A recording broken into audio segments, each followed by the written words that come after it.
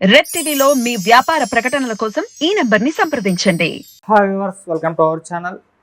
వంగ గీత గారు జనసేన పార్టీలోకి చేరబోతున్నారంటూ కొన్ని వార్తలు రావడం చూస్తున్నాం. మరి జనసేన పార్టీలో వంగ గీత గారు చేరబోతున్నారా, మరి ఆమెకి ఏమన్నా సీట్ ఇచ్చే అవకాశం ఏమన్నా కనిపిస్తుందా లేదా? సో ఇదే అంశం మీద డిస్కస్ చేయడానికి ప్రజెంట్ మనతో పాటు సీనియర్ జర్నలిస్ట్ జయదేవ్ గారు ఉన్నారు. వారితో ఒకసారి డిస్కస్ చేద్దాం.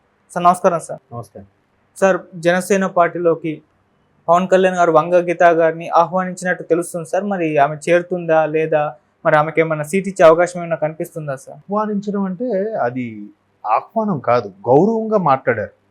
అంటే జనరల్గా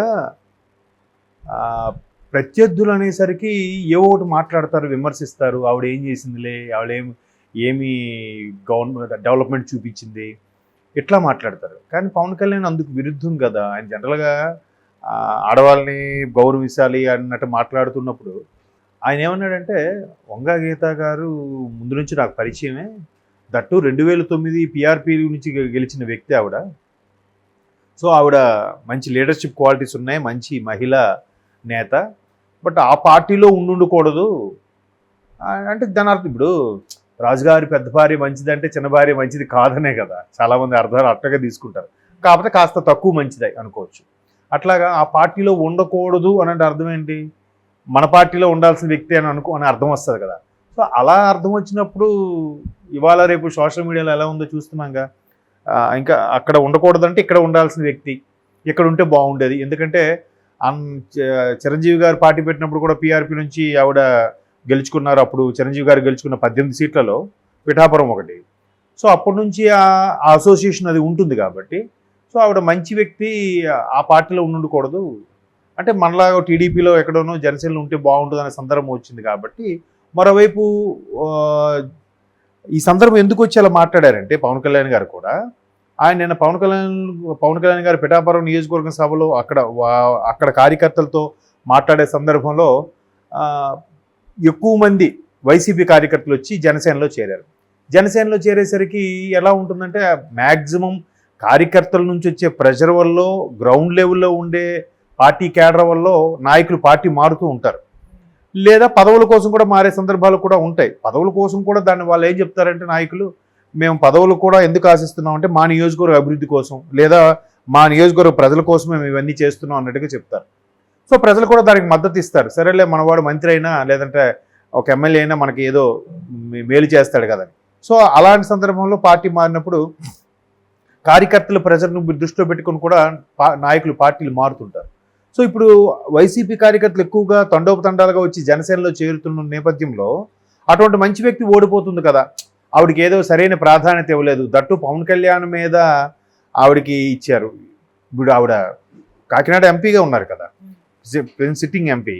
సో ఆవిడ తీసుకొచ్చి ఇక్కడ పిఠాపురం ఎమ్మెల్యేగా ఇవ్వడం ఉద్దేశం ఏంటి? ఎలాగూ ఓడిపోతారని తెలిసి ఇచ్చారా, లేదంటే ఎందుకు అంత మంచి మహిళా నేతని సరిగ్గా ఆ పార్టీలో సముచిత స్థానం కల్పించకుండా ఎట్లా పవన్ కళ్యాణ్ గారి మీద పోటీగా పెట్టారా? అయితే గెలిచారనుకోండి, పవన్ కళ్యాణ్ మీద గెలిచిందని పేరు. లేదనుకోండి, ఏముందిలే పవన్ కళ్యాణ్ మీద ఓడిపోయిందంటే పెద్ద ఇదేం ఉండదు కదా. అందుకే ఆమెకి అంతగా ప్రాధాన్యత లేని పిఠాపురం లాంటివి ఇచ్చారా, పవన్ కళ్యాణ్ మీద ఇస్తే ఖచ్చితంగా ఓడిపోతారని ఇచ్చారా అనే సందర్భంలో చాలామంది కార్యకర్తలు కూడా పెదవి విరుస్తున్నారు. పెదవి విరిచిన నేపథ్యంలో ఏం చేస్తున్నారంటే వాళ్ళు జనసేనలో ముందే వెళ్ళిపోతున్నారు. రేపొద్దు గవర్నమెంట్ వస్తుందని కూడా వాళ్ళకు ఒక క్లారిటీ ఉంటుంది కదా. గవర్నమెంట్ వస్తే మన పనులు అవుతాయి, మనకేమైనా 4 వృత్తి దొరుకుతుంది అనే ఉద్దేశంలో ఉంటారు కాబట్టి సరేలే అని చెప్పి ఆ కార్యకర్తలన్నీ చేరుతున్న నేపథ్యంలో పవన్ కళ్యాణ్ గారు ఈ విధమైన వ్యాఖ్యలు చేశారు. కానీ ఆల్రెడీ పిఠాపురం నియోజకవర్గానికి వైసీపీ తరఫున వంగ గీత గారి పేరు అనౌన్స్ చేసేశారు మొన్న జగన్మోహన్ రెడ్డి గారు. అనౌన్స్ చేశాక ఇప్పుడు ఇంకా మారిపోయేది ఏముందంటే, maybe there is a chance, but మారని అనుకుంటున్నాను. అది కూడా నోటిఫికేషన్ బీఫామ్స్ ఇచ్చిన తర్వాత నామినేషన్ వేసే గంట ముందులోపు కూడా మారిపోవచ్చు, చెప్పలేం. రాజకీయాల్లో ఏదైనా సాధ్యమేగా. ఎందుకంటే proper guidelines, proper rules and regulations లేని ఏకైక గేము పాలిటిక్స్ కాబట్టి చేంజ్ అవ్వచ్చు, దానికేముంది. కానీ ఇప్పుడైతే చేంజ్ అవ్వరు. ఎలక్షన్స్ తర్వాత అప్పుడు ఎలాగో ఓడిపోయి ఏదో వచ్చి గౌరవపదంగా ఒక నామినేటెడ్ పోస్ట్ ఏదో తీసుకునే ఛాన్సెస్ అయితే ఉండొచ్చు. కానీ ఇప్పుడైతే మారరు. బహుశా ఆమెంటే గిట్టని వాళ్ళు అలా చెప్తున్నారేమో. ఇప్పుడు ఆవిడకి కూడా అపవాదే కదా అందులో ఉన్నప్పుడు.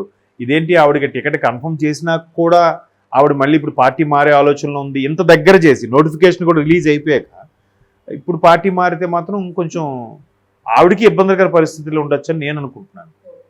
అంటే ఈ రూమర్స్ ఎందుకు క్రియేట్ అయ్యాయి, ఎలా క్రియేట్ అయ్యాయి అంటారు సార్? అదే చెప్పాను కదా. ఇప్పుడు ఆవిడ పిఠాపురం నుంచి 2009లో పిఆర్పి తరఫున పోటీ చేసి గెలిచారు. అప్పటి నుంచి చిరంజీవి గారు పెట్టిన పార్టీ కాబట్టి పవన్ కళ్యాణ్ గారు కూడా ప్రజారాజ్యం యువనేతగా ఉన్నారు కాబట్టి ప్రజారాజ్యం పార్టీకి అప్పటి నుంచి ఆయన ప్రజల్లో కొద్దిగా బాగా తిరిగారు కాబట్టి నాయకులందరూ కూడా మ్యాక్సిమం అసోసియేషన్ ఉంటుంది కదా పవన్ కళ్యాణ్ గారికి కూడా. సో అప్పటి నుంచి ఆవిడ నేను చూస్తున్నాను, గమనిస్తున్నాను. ఆవిడ మంచి మహిళా నేత. బట్ ఆవిడ ఎందుకు ఆ పార్టీలో ఉండాల్సిన వ్యక్తి కాదు, అంటే ఆ పార్టీలో సరిగ్గా సరైన స్థానం సరైన గౌరవం ఆవిడ దక్కకపోయి ఉండొచ్చు కూడా అనుకోవచ్చు. ఎందుకంటే కాకినాడ ఎంపీగా ఉన్న ఆవిడని తీసుకొచ్చి ఎమ్మెల్యేగా చేస్తున్నారు కదా. ఎంపీ అంటే నేను అనుకోవడం ఎమ్మెల్యే కన్నా ఎంపీ కొద్దిగా ఒక మెట్టు ఎక్కువనే కదా. ఎందుకంటే 7 నియోజకవర్గాలు కలిపి ఒక లోక్సభ, ఇక్కడ ఒకే నియోజకవర్గం. 7 నియోజకవర్గాల్లో ఉండే మెజార్టీకి ఒక నియోజకవర్గం నుంచి మెజార్టీకి తేడా లేదా? ఇప్పుడు 7 సామ్రాజ్యాలు కలిపి ఒక రాజు ఉంటే ఆయన చక్రవర్తి అంటాం, ఒక రాజ్యానికే రాజు ఉంటే ఆయన రాజా అంటాం. మేబీ వాళ్ళు సామంత రాజులు అవ్వచ్చు, ఏదైనా అవ్వచ్చు. అలాగే ఇప్పుడు అలాంటి చక్రవర్తిని తీసుకొచ్చి మళ్ళీ మామూలుగా రాజ్యానికి రాజులుగా ఉండే దానికి ఎన్నికగా నిలబడితే ఆమె ఒక స్థాయి దింపినట్టే కదా. ఇప్పుడు చాలామందిని అట్లాగే చేస్తున్నారు. బట్ అక్కడ సర్వేల ప్రకారం సరిగ్గా ఆవిడకి వాల్యూ లేదో, లేదంటే సర్వేల ప్రకారం ఆవిడ ఓడిపోతారని తెలిసిందో మొత్తానికి వైసీపీ జమ్లింగ్ చేస్తూనే ఉంది, షఫిల్ చేస్తుంది. అక్కడ వాళ్ళని ఇక్కడ వాళ్ళని అక్కడ, ఎంపీని తీసుకొచ్చి ఎమ్మెల్యేగాను, ఎమ్మెల్యేని తీసుకొచ్చి ఎంపీగాను చేస్తున్నారు కదా. సో ఈ నేపథ్యంలో వైసీపీ కూడా మార్చింది కాబట్టి పిఠాపురం స్థానం ఇచ్చారు. పిఠాపురంకి పవన్ కళ్యాణ్ గారు ముందు అనుకోలేదు, వార్తలు అయితే వినిపించే కానీ భీమవరం ఎక్కువగా వినిపించిన వార్త. తర్వాత పిఠాపురం కూడా వినిపించింది. బట్ ఫైనల్గా వంగ గీత గారు పవన్ కళ్యాణ్ గారి మీదకి పోటీ చేయబోతారనే వార్తల నేపథ్యంలో ఇవాళ అంటే నిన్న జనసైన్యంలోకి వైసీపీ కార్యకర్తలు ఎక్కువగా వచ్చి చేరడం వల్ల ఆ సందర్భంలో చెప్పిన వ్యాఖ్యల్లో పవన్ కళ్యాణ్ గారు ఇలా అన్నారు. మంచి మహిళా నేత ఆవిడ, ఒకప్పుడు పిఆర్పీలో కూడా గెలిచారు, అప్పటి నుంచి చూస్తున్నాను అన్నట్టుగా మాట్లాడారు. సో మాట్లాడారు అంటే దీన్ని ఎలాగ మేబీ నేను అనుకోవడం వైసీపీ శ్రేణులే బదనాం చేస్తున్నారేమో నేను అనుకుంటున్నాను. ఎందుకంటే ఒక ప్రత్యర్థి అన్నాక దుయ్యబట్టాలి, బురద జల్లాలి. అలా బురద జల్లకుండా పవన్ కళ్యాణ్ గారు సానుభూతిగా ఫేవర్గా మాట్లాడుతున్నారంటే ఆల్రెడీ పవన్ కళ్యాణ్ గారితో టైఅప్ అయిపోయి ఉంటారు. అందుకేనేమో ఈవిడ అంటే ప్రత్యర్థుల మీద దాడి చేయడం అంటే ఈవిడ కూడా వంగా గీత గారు కూడా ప్రత్యర్థుల మీద పూర్తిగా అటాక్ చేసినట్టుగా పూర్తి స్థాయిలో ఎక్స్ట్రీమ్ లెవెల్కి వెళ్ళి దుయ్యబట్టినట్టుగా ఎక్కడా లేదు కదా. మనం చాలా సందర్భాల్లో చెప్పుకున్నాం. 175 మందిలో 151 మంది ఎమ్మెల్యేల్లో ఒక 10 మందే మాట్లాడుతున్నారు. ఎంపీల్లో ఉన్న 6-7 ఎంపీల్లో కూడా కొద్దిమందే మాట్లాడుతున్నారు.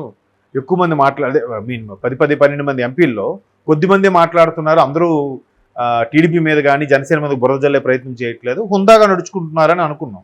సో ఈవిడ అలా హుందాగా నడుచుకుంది కాబట్టి ఈవిడ మంచి ఆవిడ అని చెప్పి అంటే దానికి మేబీ వైసీపీ సోషల్ మీడియా వాళ్ళు ఏం చేస్తారు, ఆవిడ కనీసం పవన్ కళ్యాణ్ని నోటుకొచ్చినట్టు మాట్లాడాలి, ఎన్నికలు అన్నా కామన్ కదా, మాట్లాడలేదు కాబట్టి మేబీ ఆవిడకి పవన్ కళ్యాణ్ అంటే ఫేవర్ ఏమో, పవన్ కళ్యాణ్ పార్టీ వైపు వెళ్ళిపోతారేమో అన్నట్టుగా రూమర్స్ పుట్టించిన ఎంతసేపు చెప్పండి.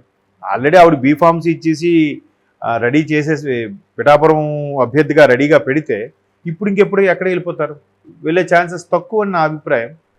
వెళ్తే 10% ఛాన్సెస్ ఉన్నాయి, 90% అయితే లేవు. ఎలక్షన్స్ తర్వాత ఏదైనా డెసిషన్ తీసుకుంటారు. ఇప్పుడు కేటాయించిన తర్వాత ఇంకా ఆ డెసిషన్ తీసుకోరనే అనిపిస్తుంది.